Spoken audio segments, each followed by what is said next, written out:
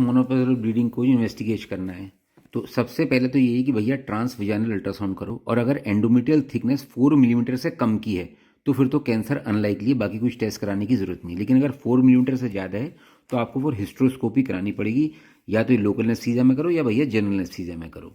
ठीक है जी।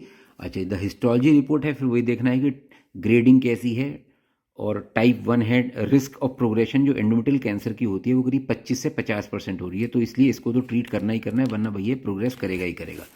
पैथोलॉजिकल जो इसकी टर्मिनोलॉजी है, टाइप होती हैं टाइप 1 और टाइप 2, हमने पहले ही बताया था। अभी endometrial tumours are classified histological type 1 which are endometrioid adenocarcinoma, ये 75 to 80% ऑल ट्यूमर्स होते हैं।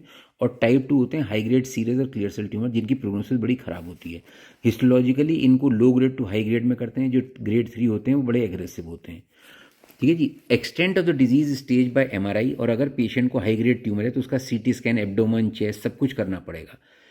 स्टेज कोई सी भी हो, surgery is the main answer. अगर स्टेज 1A और B है तो भैया किसी भी जगह का सर्जरी करा सकते हो, लेकिन अगर स्टेज 2 या इससे ऊपर है तो फिर ऑन्कोलॉजी सेंटर में ही आपको सर्जरी करानी पड़ेगी। जो फीगो सिस्टम है ये कहता है स्टेज 1 है when it is confined to the uterine body, 1A में लेस देन 50% इन्वेजन, 1B में मोर देन 50, 2 में इन्वेड सर्विक्स को कर रही है, 3 में लोकल या रीजनल लिम्फ नोड को स्प्रेड हो गया है, सॉरी एरिया को स्प्रेड हो गया है। जैसे 3 में सिरोसा को इन्वेड कर लिया, वेजाना पेरिटीनियम को, पैरामीट्रियम को कर लिया स्टेज 2 में, और मेटास्टेसिस हो गई पेल्विक पेरियोटिक में। और 4 में भैया है कि ब्लैडर या कोई भी बॉवल या कोई डिस्टेंस मेटास्टेसिस हो गई है।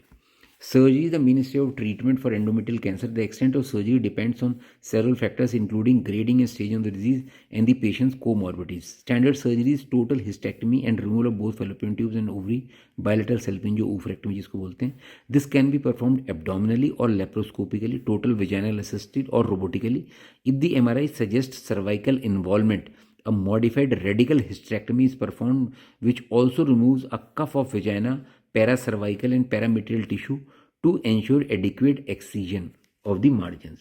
If the tumor is high grade or is type 2 histology, many centers perform pelvic and paraortic node dissection because nodal disease to either pelvis or paraortic lymph node chains is seen in 1/3 of patient जो stage ये जो high grade वाले होते हैं, type 2 histology वाले होते हैं। The role of nodal dissection remains contentious. A large UK study failed to show survival benefit in endometrial patients who had pelvic node dissection. Critics of the study argue that it was underpowered